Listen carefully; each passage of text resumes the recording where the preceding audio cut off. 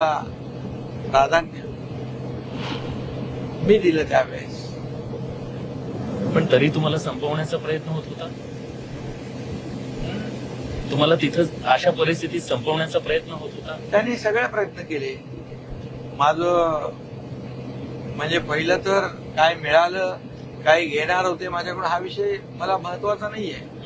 परंतु जिथे जिथे तडजोड होत होती, हिंदुत्वाच्या बद्दल तडजोड होत होती, सावरकरांचा वारंवार अपमान होत होता, सभागृहामध्ये एक ब्रश शब्द काढण्याची हिंमत कोणाची नव्हती, आणि जे काही निर्णय महाविकास आघाडी घेत होती त्यामध्ये वारंवार बाळासाहेबांच्या विचारांना तडा जात होता.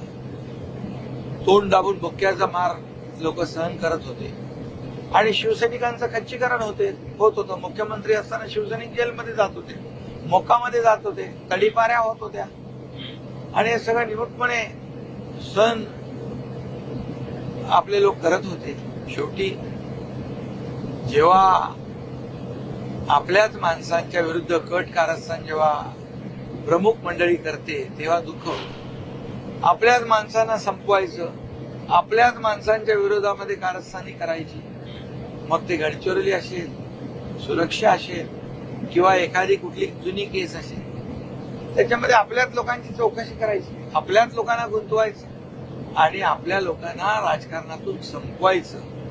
हा जर कोणी विडा उचलला असेल आणि ते कारस्थान सुरू असेल तर मग शेवटी बाळासाहेबांचा शिवसैनिक, तिघेसाहेबांचा शिवसैनिक म्हणून जागृत होणारच. अन्यायाविरुद्ध लढण्याची शिकवण बाळासाहेबांनी आम्हाला दिली आहे. पक्षातलं तुमचं स्थान वाढत होतं, तुमचं नेतृत्व पेलवत नव्हतं, त्यांच्या डोक्यात काहीतरी होतं आणि तुम्ही त्यात आडकाठी होता.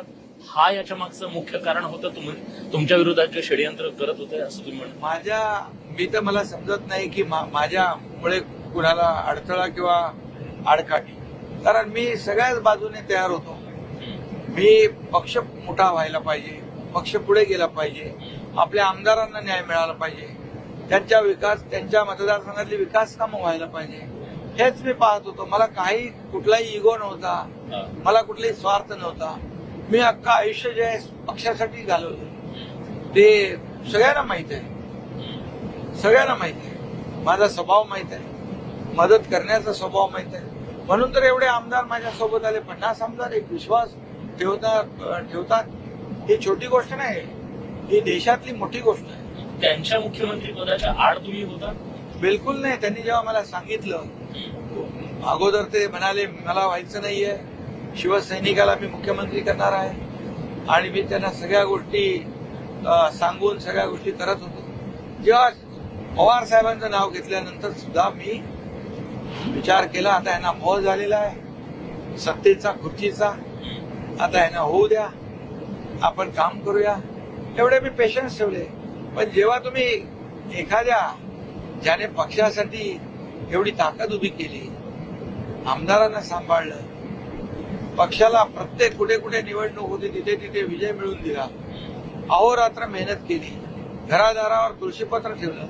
आम्ही तर श्रीकांत आम्ही 8-8, 10-10 दिवस, 15-15 दिवस भेट होत नव्हते. असं करत असताना जर मग त्या पद्धतीने मी त्यांना पूर्ण सहकार्य करत होतो, मुख्यमंत्री झाले, होऊ द्या चला, यांची इच्छा होती, एवढंच सांगितलं. तुम्ही हे सांगितलं असतं आम्हाला तर आम्ही तशी तयारी केली असती. परंतु त्यानंतर जेव्हा त्यांनी खच्चीकरण सुरू केलं आणि म्हणजे माणूस काहीतरी चूक करेल आणि डिस्टर्ब होईल आणि काहीतरी निर्णय घेईल, आपोआप आपला सुंडी वाचून खोकला जाईल, अशा प्रकारची जेव्हा भावना समोरच्या माणसाच्या मनामध्ये निर्माण होते, त्यावेळेस त्या पक्षामध्ये आणि बाळासाहेबांचे विचार तिथे पायदळी तुडवले जात असतील तर मग कसं काय तिकडे आपण राहू शकतो.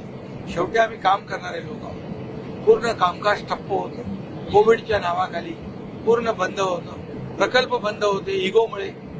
आरे असेल, मेट्रो असेल, मेट्रो 3, मेट्रो 2, मेट्रो 7, समृद्धी हायवेला विरोध केला. आज समृद्धी हायवे बाळासाहेबांचं नाव आम्ही दिलं.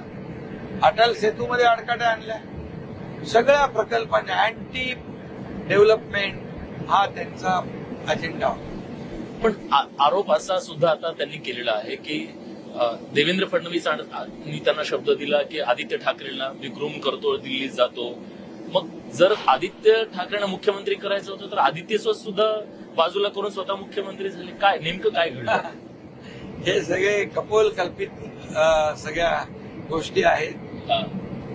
ना यांना अमितभाईंनी शब्द दिला 2.5 वर्ष, ना देवेंद्रजींनी सांगितलं की याला मुख्यमंत्री करतो.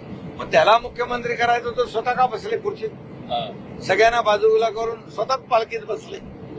हे कुठलं नेतृत्व आहे? हे स्वार्थी नेतृत्व आहे.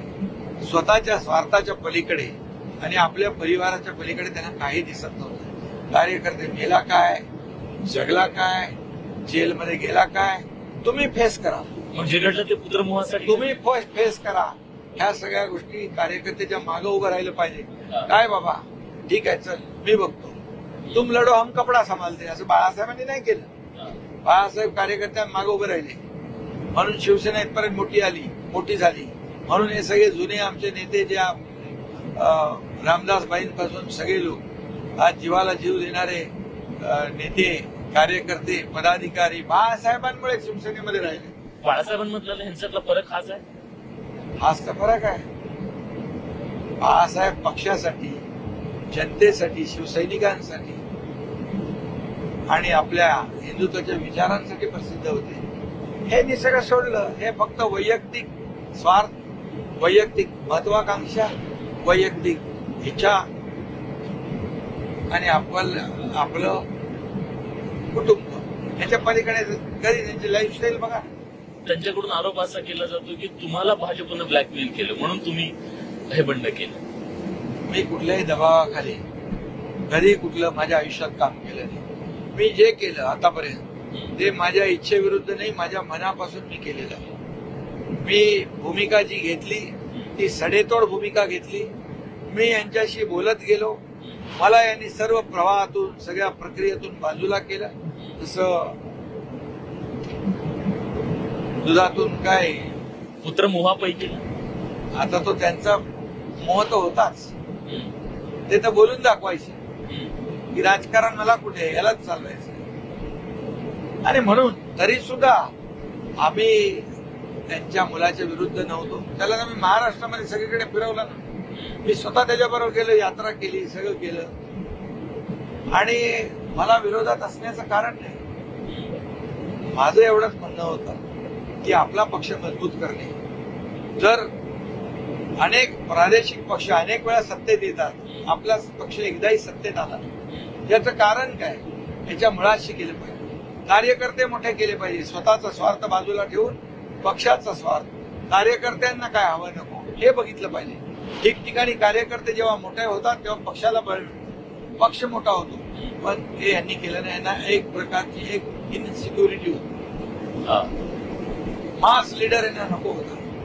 फक्त आजूबाजूला होला हो करणारे लोक पाहिजे. त्याचा पक्ष मोठा होतो.